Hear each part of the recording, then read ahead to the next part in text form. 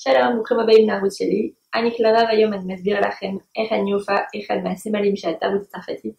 אני מדברת כמובן על בגט. תראו שזה לא כזה קשה לעשות את זה בבית. אז אם אתם אוהבים את המתכון, תשימו לייק ואל תשכחו להירשם לערוץ. ועכשיו נלך למטבח.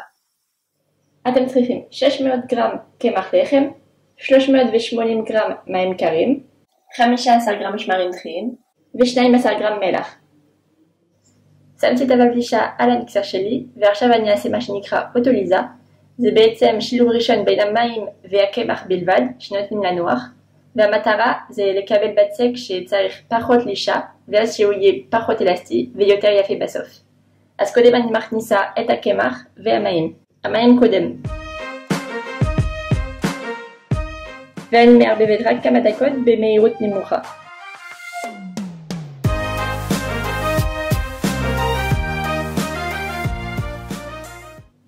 עכשיו אני שמה מגבת על הקערה ואני נוטלת לזה לנוח שעה. אחרי האוטוליזה אני מכניסה את השמרים בצד אחד והמלח בצד מולו. ועכשיו אני מערבבת 5 דקות במהירות נמוכה ועוד 5 דקות במהירות בינונית.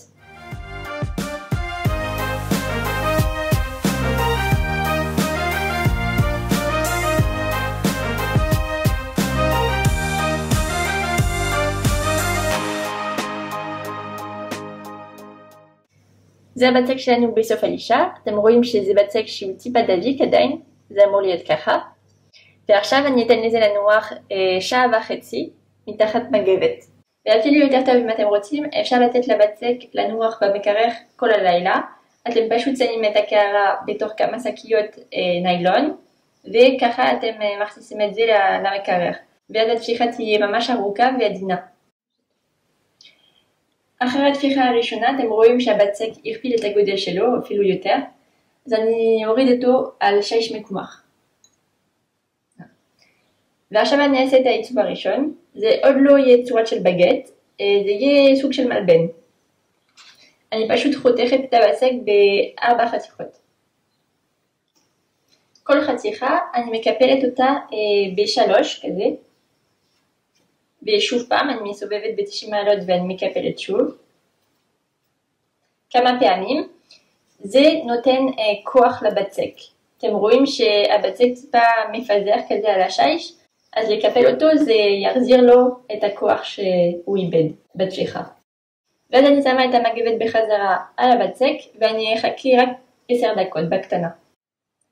אז אחרי 10 דקות אני לוקחת את הבצק שלי. ועכשיו אני אעשה את העיצוב הסופי.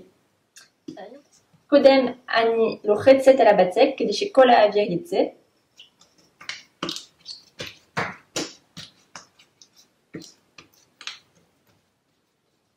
אני עושה סוג של מלבן. ועכשיו כדי לעשות בגט יש קיפול מסוים שצריך לעשות. אתם לוקחים את השליש מלמעלה ואתם מקפלים אותו פנימה. ככה, ועם החלק הזה של היד, אני לוחצת פה כדי לסגור. עכשיו אני מסובבת את הבצק ב-180 מעלות, ואני עושה בדיוק אותו דבר.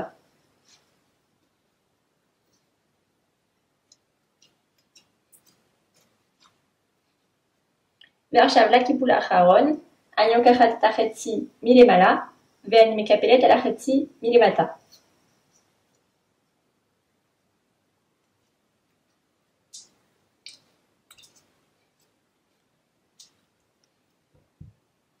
ואז יש לי כבר בעצם כמעט בגט, אני רק צריכה לגלגל טיפה כדי שהוא יהיה יותר ארוך.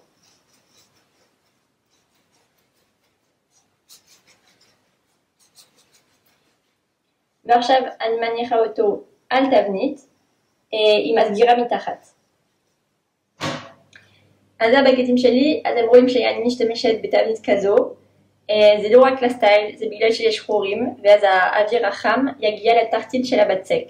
כי אחרת אם אתם מופיעים את זה על מגש, הגב של הבגט יכול להישאר לא אפוי מספיק. אז זה חשוב לקנות את התבניות האלה, או להשתמש גם בסיליקון סילפן, זה סיליקון שחור כזה, ואתם רואים שיש מלא חורים כאילו על הסיליקון. אז יש שתי אופציות. עכשיו אני שמה מגבת בחזרה על הבצק ואני נותנת לזה לנוח 9. בעוד חצי שעה אני אתחיל לחמם את התנור שלי ב-250 מעלות ואני שמה מגש למטה. תראו למה אחר כך. זה הבגטים שלי אחרי התפיחה. עכשיו אני צריכה לעשות חיתוכים, אז אני משתמשת בלהב כזה, זה כמו סכין גילוח של פעם. אם אין לכם כזה אפשר להשתמש בסכין יפני, ואם אין לכם גם כזה אז פשוט תיקחו את הסכין הכי חד שיש לכם במטבח. אני משתמשת עליו לא ככה אלא באורך, ולא ב-90 מעלות אלא יותר ב-45 מעלות. אז זהו, אני עושה חיתוכים. עכשיו יש לי פה בכרית מים עם מלח ואני אפזר את זה על הבגטים שלי. זה יעזור לנו לקבל חלק חיצוני קריספי וזהוב. אז עכשיו אני מכניסה את הבגטים ל-25 דקות, וכשאני עושה את זה אני זורקת חצי כוס מים על המגש ששמתי למטה ואני סוגרת את התנור מהר. הבגטים יצאו מהתנור והתקררו. אני אוהבת את הלחם בצבע הזה כי הוא זהוב בהיר, אבל אם אתם רוצים יותר כהה פשוט תמשיכו את האפייה בטמפרטורה יותר נמוכה, נראה לי 200 מעלות. ועכשיו אני אחתוך כדי להראות לכם איך זה בשנים.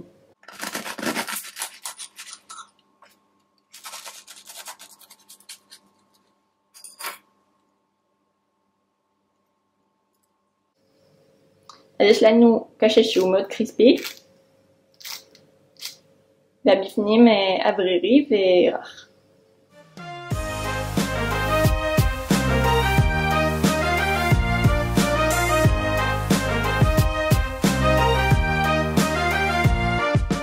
וזהו, המתכון במגמר. עכשיו צריך לבשל משהו טעים כדי לאכול עם זה. אני ממש מקווה שאהבתם ושתנסו בבית. אם אהבתם אז תשימו לייק, ואתם גם יכולים להקליק עליי עכשיו כדי להירשם לערוץ ולראות עוד מתכונים צרפתיים בעתיד. נתראה בסרטון הבא, ביי בינתיים.